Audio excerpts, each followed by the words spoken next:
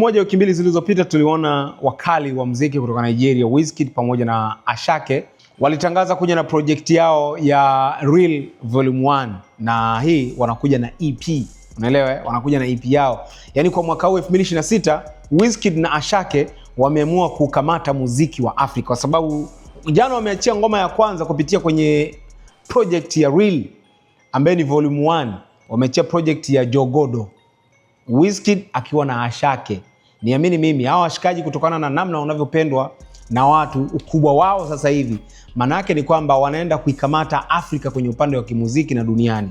Na naamini wameanza mwanzoni kabisa mwezi wa kwanza, kwa sababu wanataka wazunguke, watengeneze tour ambayo watazunguka mataifa mengi sana kufanya tour za kimuziki. Kwa hiyo kiukweli ni kitu ambacho watu wengi walikuwa nakisubiri kumuona Wizkid anarudi kimuziki mwaka huu, kwa sababu amekaa mwaka mzima hajatoa project yoyote zaidi ya kushirikishwa na wasanii wengine, na watu wameona impact yake kushirikishwa, kwa sababu katika kila ngoma ambayo Wizkid amekaa, hiyo ngoma inapanda chart, inakaa namba 1 na pia inaongoza kwa stream Spotify, iTunes na Apple Music.